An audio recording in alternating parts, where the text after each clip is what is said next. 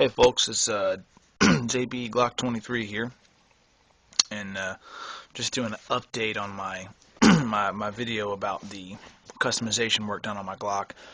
My last one was a little dark in the room; you couldn't see too much, and just wanted to pretty much redo it so you could get a better look. And anyway, go ahead and start with the original two 13-round magazines here.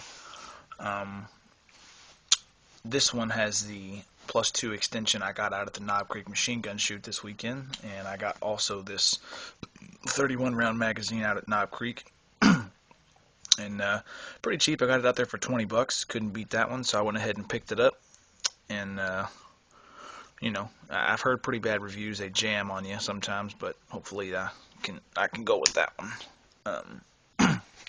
Anyway, this is my third gen, and before I do anything, before I touch the trigger, even though it's open, I want to verify for people's safety that that it's empty. There's no bullet in the chamber. So go ahead and close that. I know people like to always see a good safe, not hot pistol. But anyway, so that's that. Those are the mags. Customization done with the gun. I've got the Glockmeister stock plug, and that's pretty decent little useless tool. It just kind of for looks, I guess you'd call it. And if you couldn't tell, I have the extended mag release there.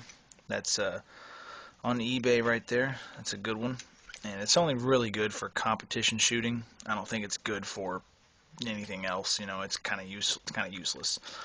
I have the extended slide release. That is a Lone Wolf Distributors piece right there. Got that off of lonewolfdistributing.com.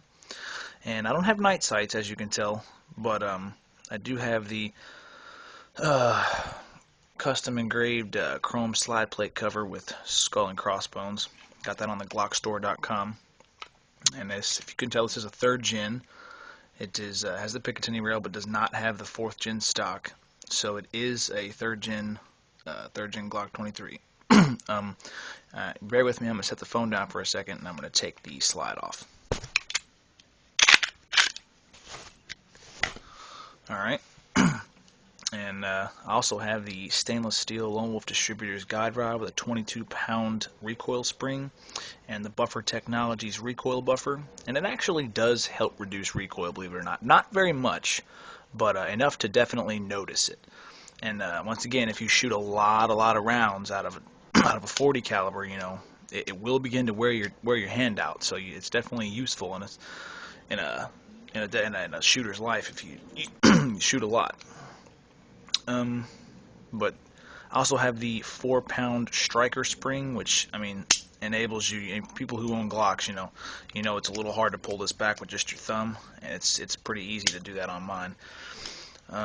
I have the 3.5-pound ghost connector right there, and the 6-pound extra power trigger spring and adjustable trigger housing. So, and ultimately, it definitely brings the trigger down to about 2 pounds, which I do not recommend for concealed carry. That is about the worst idea to do if this is your primary carry gun. And it's definitely something that an AD could happen very easily with a very light hair trigger, as they call it. Well, that's about all I have done so far. I want to get night sights and some kind of light or laser for the front for the Picatinny rail, but other than that, that's about all I've got right now. So I'm gonna put it back together real quick.